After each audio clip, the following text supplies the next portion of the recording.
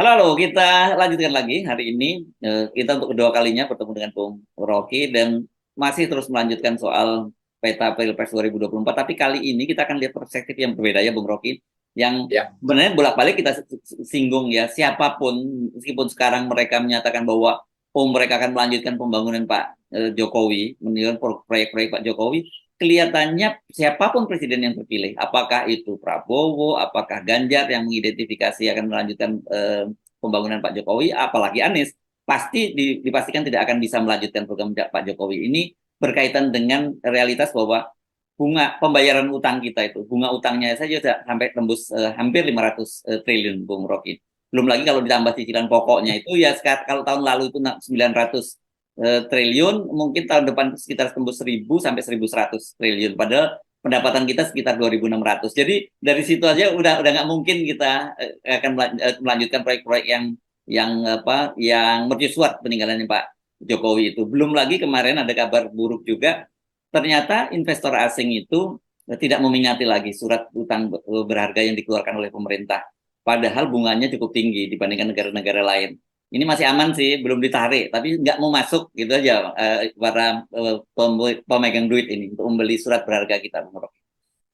kita melihat kekonyolan-kekonyolan ini bahwa kita bicara tentang koalisi presiden baru, tetapi fakta di depan kita, APBN kita itu digerogoti untuk bayar hutang. Dan kita tahu bahwa batas dari ambisi politik adalah anggaran, adalah APBN kan. Jadi begitu presiden terpilih itu tagihan tagihan pertama 500 T. Dan Anies bingung misalnya, Prabowo bingung, Ganjar bingung, bagaimana bayarnya tuh. Jadi tetap semua ide yang diucapkan oleh Jokowi pasti akan dibatalkan oleh presiden berikutnya tuh. Mau Prabowo bilang bahwa IKN akan lanjut, atau Ganjar juga bilang yang sama, atau Anies bilang ya itu juga udah undang-undang, tetap dia akan dibatalkan oleh fakta bahwa Indonesia itu negara yang berutangnya tinggi tuh. Yang apa namanya, waktu SB tinggalin gelanggang itu dia tinggalin 2.000 triliun. Sekarang jadi 7.000 triliun. Jadi ada penambahan 5.000 triliun. Tetapi buzzer-buzzer Jokowi menganggap oh itu kan akumulasi dari SPI ya, akumulasi, tetapi yang diakumulasi Jokowi itu 300% dari SPI. Dan Betul. itu dasar. Jadi berhitung itu juga harus masuk akal tuh. Tetap Jokowi itu memperbanyak hutang, tambah hutang 5.000 triliun dan mesti pada 500 triliun per tahun itu artinya APBN akan bolong tuh. Itu baru Dan bunga itu, Bung Rocky, belum cicilannya, baru ada bunga, cicilan bunga pokoknya. utang Ya, ditambah cicilan, ya udah memang ruang fiskalnya udah berhenti, mau bikin apa dengan itu. Sesuatu cara adalah bikin hutang baru tuh dengan apa, mungkin jual BUMN. Sebenarnya hutang 7.000 triliun itu mungkin 3 BUMN dijual, tapi itu kan jual negara, artinya jual hak rakyat untuk menikmati hasil-hasil pembangunan melalui BUMN. Kan kita tahu bahwa hak rakyat itu adalah menerima keuntungan dari APBN yang dasarnya pajak. Dan putaran-putaran uang itu nggak boleh dipakai untuk membiayai tenaga kerja asing. ya. Ya, jadi semua proyek di mercusuar Jokowi akhirnya ngambil APBN. Sekarang pertanyaannya, mercusuar ini siapa yang jalani itu? IKN diserahkan ke Cina, kereta cepat diserahkan ke Cina, dan dibiayai akhirnya hampir separuh oleh APBN. Kan artinya rakyat Indonesia mensubsidi rakyat Tiongkok, kan itu kan. Karena pakai APBN, kan dasarnya itu kan. Jadi hak rakyat untuk menerima keuntungan dari ekstrak industri, hasilnya itu justru dipakai oleh Jokowi untuk membiayai proyek-proyek yang dia subsidi, sebetulnya mensubsidi pemerintah Cina tuh. Dasarnya itu tuh. Jadi kita mau fair sebetulnya, Bapak Jokowi itu meninggalkan beban gila-gilaan. Dan orang-orang yang masih menganggap, ya ini kan kereta cepat itu buat masa depan. Iya, tapi beban itu ada pada rakyat. Jalan tol kan buat masa, iya, tapi beban itu ada pada rakyat. Jadi Pak Jokowi atau tim Pak Jokowi nggak pernah menjelaskan bahwa hak rakyat itu adalah diasuh oleh pemerintah, bukan rakyat yang membiayai pemerintah dan pemerintah mensubsidi rakyat asing. Kan itu jalan pikirannya. Dan itu yang sering kali harus kita jadikan agenda dalam perdebatan nanti, perdebatan capres cawapres ini kan itu Ya. poinnya di situ. Saya kira ini mungkin ya kita akhirnya terpaksa mesti menyalahkan lagi lembaga survei gitu yang masih terus menerus menyatakan bahwa tingkat kepuasan publik terhadap kinerja Pak Jokowi itu sangat tinggi begitu ya. Angkanya gila-gilaan tuh, paling rendah mereka 70 bahkan nyebut sampai 80% gitu. Dan ini kelihatannya juga kemudian menjelaskan mengapa PDIP dan Pak Prabowo juga masih terus berebut ceruk pemilih Pak Jokowi. Padahal kan sebenarnya kalau kita kemarin baca lebih detail, Kompas misalnya menyebutkan yang hanya 18,1% saja pemilih itu mengikuti pilihan Pak Jokowi soal calon presiden ini. Itu yang kita sebut sebagai kejahatan kemanusiaan dari lembaga-lembaga survei itu. Ya. Kenapa? Karena mereka menipu rakyat yang kan susah rakyat mengakses keterangan para ahli itu atau ikuti pembicaraan kita di FNN. Jadi dianggap seolah-olah kereta cepat itu untuk rakyat, jalan tol untuk rakyat segala macam. Nggak pernah dibilang di situ bahwa itu beban pada rakyat. Kan? Sebetulnya begitu. Kenapa juga kita mesti ucapkan ini? Ya dengan segala hormat pada hak rakyat untuk mengetahui, tapi hal-hal yang terlalu rumit sebagai public policy nggak bisa dipahami oleh pemilih kita yang 80% ada tidak lulus SMP. Kan itu dasarnya kan. Jadi pemilih yang sebetulnya hanya menunggu BLT berharap bahwa nanti setelah presiden baru menurut janji Jokowi akan dapat keuntungan lebih besar tuh. Padahal sebetulnya utangnya itu dibuatkan pada pajak rakyat. Jadi lembaga-lembaga survei ini juga maksiat itu, melakukan sesuatu yang mereka tahu, mereka mesti jelasin pada publik tuh. Apa artinya kepuasan 80% itu? Karena dapat BLT. Harusnya diterangkan tuh, kalian dapat BLT setiap bulan 600.000, tetapi anak-anak kalian harus membayar utang 50 juta per tahun beban dari hutang pemerintah Jokowi. Kan mesti begitu fairnya kan. Jadi dia dapat BLT, tetapi bayi atau keluarga yang disejahterakan hari ini dengan BLT yang seupil itu, di ujung nanti ketika dia mulai bekerja, dia akan dipajaki lagi oleh negara untuk membayar hutang pemerintah Jokowi yang udah sampai 7.000 triliun. Kan mestinya fair begitu tuh. Tetapi hal semacam ini hanya bisa dibuka dalam perdebatan. Di BEM UI misalnya nanti akan diperdebatkan soal-soal semacam itu. Saya kira ini bahayanya di situ ya, karena bagaimanapun juga selama ini pemilih kita itu tidak dapat akses yang terbuka, transparan seperti itu mengenai siapa sebenarnya para kandidatnya. Dan selama ini kan itu yang kita sebut selalu munculnya itu dari framing media, gitu ya. Dan kita juga menyayangkan teman-teman media itu hanya semacam jadi kepanjangan tangan dari para lembaga-lembaga survei mempublikasikan apa saja yang disampaikan oleh lembaga survei tanpa ada catatan kritis di situ.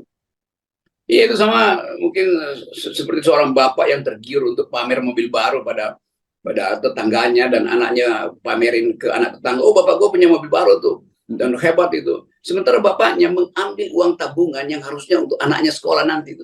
Begitu mobil barunya tiba, dua bulan kemudian itu nggak bisa beli bensin lagi karena nggak ada persiapan untuk kehidupan keluarga sehingga anak-anaknya terlantar sekolah. Sama aja itu problem itu. Jokowi pamer IKN, Jokowi pamer kereta cepat, Jokowi pamer jalan tol, segala macam infrastruktur. Sementara rakyat itu tidak tahu apa akibatnya buat dia nanti di masa depan. Kan mesti fair dikatakan pameran ini adalah beban buat rakyat. Itu intinya sebetulnya kan. Sama seperti Jokowi marah-marah bahwa polusi itu memburukkan kesehatan itu. Padahal dia justru yang mengizinkan batu bara itu dijadikan pembangkit listrik di Jakarta yang sebetulnya udah dilarang. Batu bara itu menimbulkan polusi itu. Lalu nanti Jokowi bilang, oh kalau itu pakai mobil listrik. Ya iya, mobil listrik sama datang dari pembangkit listrik yang pakai batu bara. Kan intinya begitu kan. Publik nggak bisa ngerti kan itu. Oh mobil listrik itu aman. Iya, itu sama juga tuh nambah beban. Bahkan kalau mobil listrik diganti Jakarta, itu PLTU yang ada 7 itu bisa jadi 30 tuh untuk mensuplai listrik di mobil listrik kan. Dan itu artinya polusi bertambah tuh.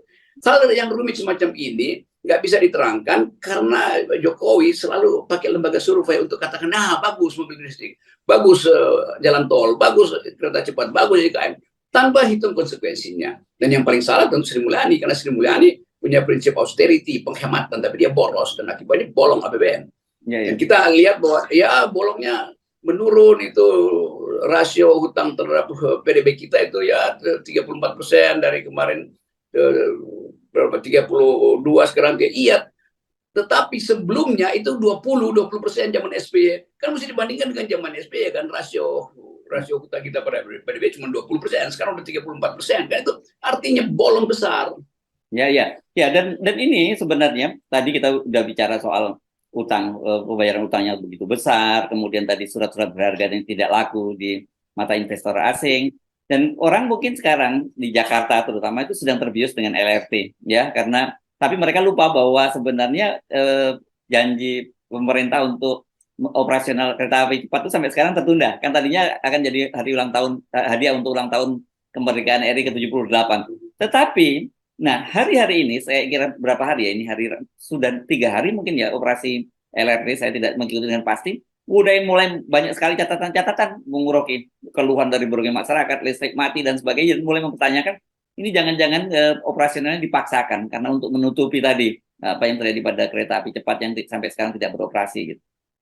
Ini membuai publik sebetulnya dengan menunjukkan sesuatu yang seolah-olah mewah dan lebih modern, tetapi tetap di belakang itu ada percepatan fabrikasi imaji politik atau percepatan pencitraan kan Jokowi tetap ingin pamerin ada loh yang gue punya nih ya, orang nunggu tuh bukan LRT, orang nunggu you bilang 17 Agustus udah ada kereta cepat kan, itu yang orang nantikan kan. Sekarang diputar lagi LRT ya, itu artinya dikasih permen gula-gula doang tuh. Tapi kita mau lihat sebetulnya ini konsekuensinya panjang, dan bohong dan pencitraan yang berlebihan itu satu waktu akan ada batasnya tuh, dan batas itu yang lagi dituntut oleh buruh lewat Omnibus Law misalnya, batas itu yang lagi dituntut oleh BEM UI soal apakah Presiden Jokowi mau turun secara damai atau berdarah-darah tuh. Kan bagi masyarakat kampus tahu ini semuanya bohong-bohongan itu. Tetapi kabinet juga merasa oke, memang bohong, tapi mereka nggak mau buka suara kan, karena menganggap bahwa ya udahlah ini saat terakhir sang raja itu kita eluk-elukan sebagai lagi pakai baju emas, sutra emas, padahal udah telanjang. Ya, tapi saya kira kita mulai melihat ada pulihnya ya akal sehat di kalangan kampus. Kemarin sudah dimulai dengan mengundang Anies Baswedan kuliah umum di UI, dan dia akan disusul dengan calon presiden yang lain dan juga debat di BEM UI. Dan saya mendengar teman-teman di KPU sekarang juga sedang merancang untuk semacam juklaknya, bagaimana debat kandidat capres di kampus ini. Jadi kalau nanti sudah ada juklaknya dari KPU akan semakin bagus ini, Bung. Ya juga hak dari jurnalis untuk minta dibuatkan forum jurnalis untuk betul juga. Kapasitas mereka ini kan. Jadi misalnya Ganjar merasa aman kalau udah di Kompas, nggak akan dikerjain misalnya kan. Tapi kalau di FNN itu pasti dikerjain tuh. Prabowo mungkin merasa dimanapun dia bisa jawab itu kan. Jadi kita juga mau lihat bagaimana mental dari jurnalis-jurnalis ini. Tega nggak? Misalnya Kompas tega nggak nanya Ganjar hal-hal yang betul-betul fundamental itu. Jangan-jangan Kompas kasih kisi-kisi juga pada Ganjar tuh. Jadi mulailah bahwa ada hak jurnalis juga untuk menguji mereka, dan silakan publik nilai itu apakah di FNN atau di Kompas atau di apa namanya ILC segala macam. Tapi itu mesti dibuka supaya terlihat bahwa semua kucing itu ya yang di dalam karung itu mesti ada di dalam karung yang bolong supaya terlihat jenis kucingnya. Atau kalau mau imparsial dibikin jangan lembaga persnya, tapi organisasi persnya kan, bisa ada PBI, ada yang lain-lain itu. Saya kira itu menarik untuk kalau gagasan itu dilanjutkan ya, Bung Rocky ya. Betul, kalau bisa juga Gojek itu panggil calon presiden untuk nanya apa nasib mereka nanti itu. Jadi ada forum Gojek. Online, ojek online, jangan hanya satu operator saja ya. Oke. Baik, ini makin menarik, dan saya kira mudah-mudahan saja ini semacam blessing juga gitu, bahwa kita akan dapat pemimpin yang terbaik dengan cara kita telanjangin semuanya. Atau kalau meminjam istilah dari teman-teman BEM UI, dikuliti semua. Ya, lengser damai atau berdarah-darah gitu. Oke, baik. Terima kasih ya. Oke, thank you. Ya.